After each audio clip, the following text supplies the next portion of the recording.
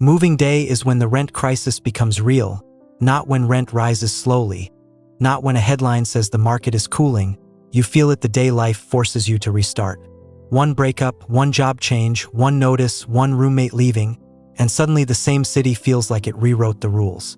Canada's rent crisis isn't just high rent, it's a reset machine because the punishment isn't always in what you pay today, it's in what you're forced to pay when you move.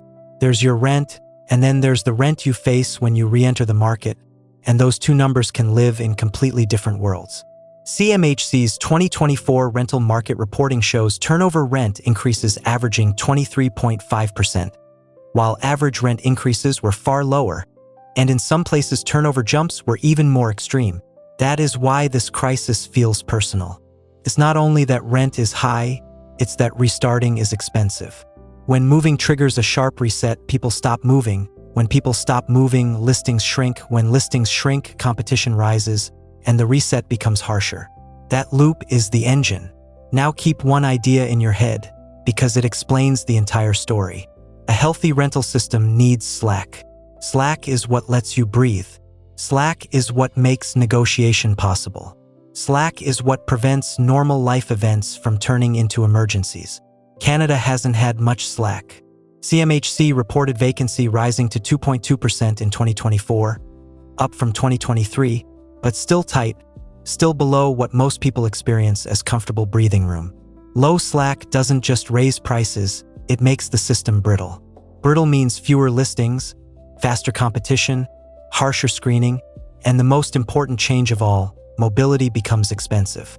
When mobility becomes expensive, life gets stuck. People stay in units that don't fit anymore. Roommates stay together longer than they want to. Couples delay separating. Job moves get postponed. Family decisions get frozen. And that's how a rent crisis quietly becomes a life planning crisis. Not because people are weak, but because the cost of changing your life got higher. So why didn't supply catch up? Because housing supply moves like a cargo ship. It does not pivot quickly. Even if everyone agrees to build more, approvals take time, labor is finite, financing shifts, materials fluctuate, and projects take years. CMHC's housing supply gap analysis has projected that restoring affordability would require millions of additional homes by 2030, beyond the baseline path. That's a speed mismatch at national scale. And speed mismatches create a specific kind of pain. You can do everything right, work hard, budget carefully, be responsible, and still lose because effort cannot substitute for slack. But supply alone doesn't explain why pressure felt like it intensified so sharply. The next layer is timing. Demand pressure arrived faster than the system could absorb. Statistics Canada reported extremely strong population growth in 2023, including a large increase in non-permanent residents. This is not a moral argument, it's a timing argument. More people needed housing faster than housing could appear in a system that was already tight. And where does that pressure show up first? Rentals. Renting becomes the immediate entry point. So the rental market becomes the shock absorber for national growth, student flows, labor needs, and household transitions. Now, Canada is not one market. Pressure concentrates and spreads. When a core city reprices, people don't disappear, they overflow outward. They move one ring out, then another. That pushes demand into surrounding markets, and those markets reprice too. That's why people say they tried leaving the expensive area and the crisis followed them. It isn't magic, it's overflow. And overflow turns one city's crisis into a regional crisis, then a national feeling. Now add the layer most people underestimate because it doesn't sound like rent, interest rates.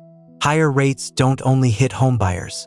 They change construction financing, investor math, project timelines, and household decisions. And renewals matter.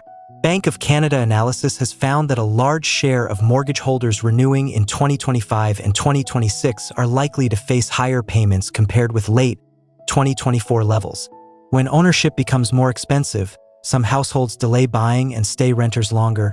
Some downshift their plans, and that can keep pressure on rentals, especially when slack is already thin. So you can see average rent growth slowing in a chart and still experience a brutal market because the reset price is still waiting at turnover. Now we reach the emotional core, the mobility trap. A market can be expensive and still survivable if moving is not punished. But when moving is punished, the market becomes a trap. And the reset price is what turns normal transitions into emergencies. You don't need a catastrophe.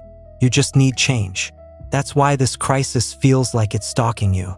It's attached to life itself. Here's a simple thought experiment that makes the reset machine obvious. Imagine two renters in the same building. Renter A moved in years ago and has experienced gradual increases. Renter B moves in today and faces the current baseline. Same building, same city, two different economies. Now imagine Renter A has to move. They don't simply adjust. They reset. That reset is the cliff. That's why the fear isn't only rent. The fear is moving.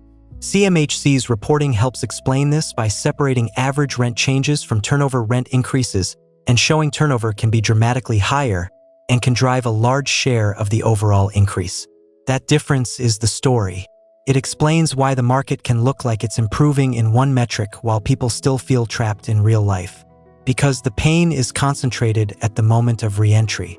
Now, here's a detail that keeps the crisis sticky.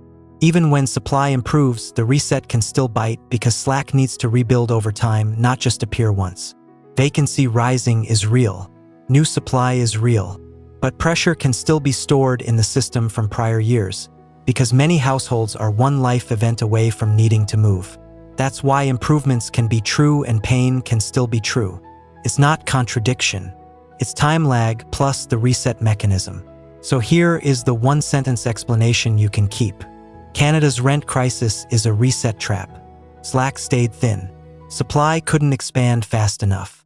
Demand pressure surged. Financing conditions tightened. And at turnover the baseline can jump sharply, so moving becomes the point of maximum pain.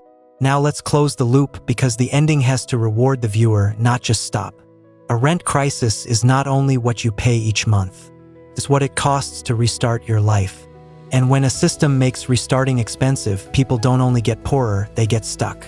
That's why the question isn't what's wrong with renters. The question is what changed in the system that made normal life transitions so dangerous. Because the most brutal part of this crisis isn't the monthly number. It's the reset. And once you see the reset trap, you can't unsee it.